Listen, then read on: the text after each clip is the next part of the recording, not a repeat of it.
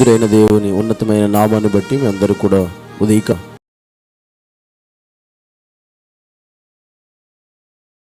పరిశుద్ధ గ్రంథము నుండి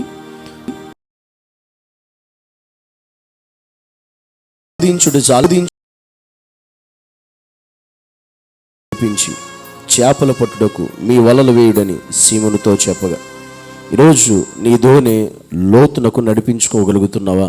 దేవుని సన్నిధిలో ఉన్న మనందరం కూడా పేతురు దేవుని సేవ చేసి పరిచర్య చేసి అన్ని అనుభవాలు కలిగి మరలా దేవుడు లేడు అని చెప్పి మరలా సముద్రం దగ్గరికి చేపలు పడడానికి వెళ్ళినప్పుడు మరలా తన ప్రయత్నం, మరలా తన ఉద్దేశం నెరవేర్చుకోవడానికి, మరలా తన జీవన యాత్రను కొనసాగించడానికి అతడు ప్రయత్నం చేసినప్పుడు, అతడు ఎన్ని ప్రయత్నాలు చేసినా, అతడు ఎన్నిసార్లు వల వేసినా చేపలు పడని పరిస్థితి.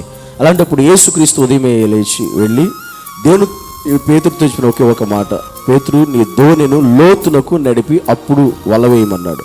దాని అర్థం ఏంటి అంటే, క్రైస్తవ ఆత్మీయ జీవితంలో ఈరోజు మన ఆత్మీయ జీవితం, మన దోణి అనేటువంటి మన జీవితం లోతునకు నడిపించబడాలి. లోతైన ఆత్మీయ జీవితాన్ని మనం కలిగి ఉండాలి.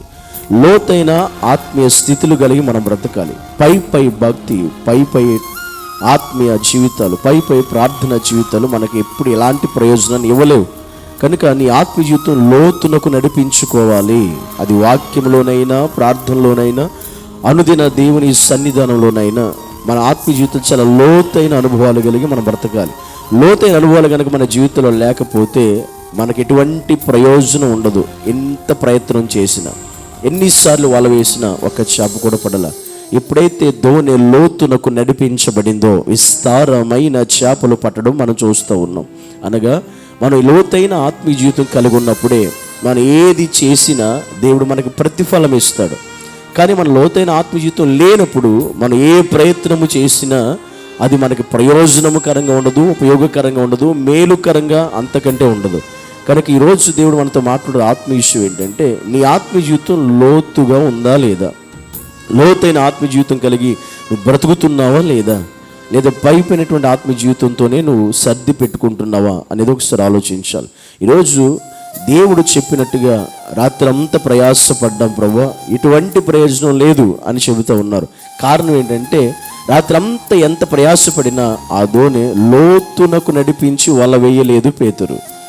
కానీ దేవుడు చెప్పినట్టుగా దోణి లోతునకు నడిపించబడిన తరువాత, దేవుడు వల వేసినమని చెప్పిన తర్వాత అప్పుడు విస్తారంగా చేపలు పడ్డాయి. అంటే దాని అర్థం పేతురు వల వేశాడు కానీ దోణి లోతులో లేదు అని అర్థం.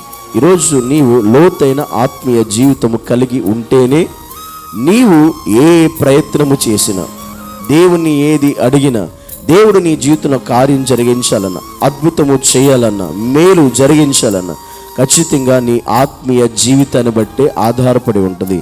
ఈరోజు మన ఆత్మీయ జీవితం ఎలా ఉన్నాయి, ఏ రీతిగా ఉన్నాయి? లోతైన ఆత్మీయ జీవితాలు కలిగి ఉన్నామా? పై భక్తి చేస్తూ ఉన్నామా అనేది మనం ఖచ్చితంగా గమనించవలసిన ప్రాముఖ్యమైన విషయం.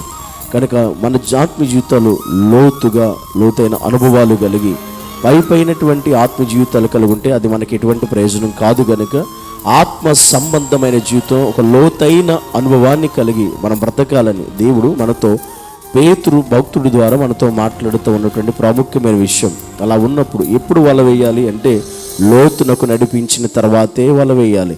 ఎప్పుడు మనం దేవుని సన్నిధిని అడగాలి, దేవుని సన్నిధిలో ప్రార్థించాలి, దేవుని ఆరాధించాలి, దేవుని గణపరచాలి అంటే నీ ఆత్మీయ జీవితం లోతునకు నడిపించబడాలి.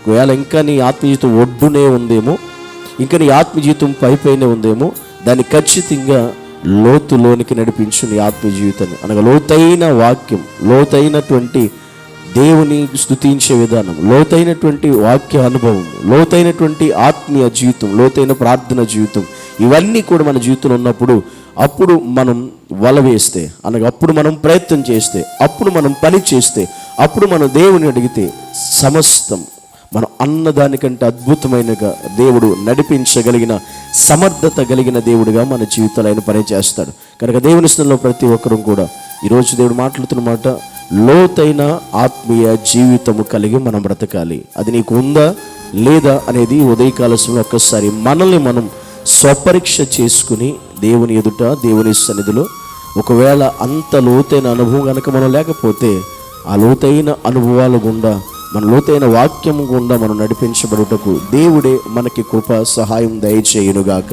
ఆమేన్. కళ్ళు మూసుకుందాం, ప్రార్థన చేద్దాం. పరిశుద్ధుడైన మా తండ్రి, నీకు వందనాలు. ఈరోజు నేను నీ సన్నిధిలో మా ఆత్మీయ జీవితాలు ఇంకా ప్రభా పై భక్తి కలిగి పైన మాత్రమే ఉంటే మమ్మల్ని క్షమించి ప్రభా, ఈరోజు నుంచి అయిన మా ఆత్మీయ బ్రతుకులు, మా ఆత్మీయ జీవితం లోతైన అనుభవంలోకి నడుచుటకు నీ కృపా సహాయం మాకు అనుగ్రహించమని నీ సన్నిధానములో నీ నామను బట్టి ప్రార్థిస్తున్నాము పరమ తండ్రి. ఆమేన్. మన తండ్రి అయిన దేవుని యొక్క ప్రేమయు, కుమారుడైన యేసుక్రీస్తు యొక్క కృపయు, పరిశుద్ధాత్మిక నీరు సహవాసమైన సన్నిధి ఆదరణ సదాకాలం మనకు, మన కుటుంబాలకు, సర్వలోకముల సాత్విక సంఘం అంతటికి సదాకాలము తోడై ఉండి నడిపించునుగాక. ఆమేన్.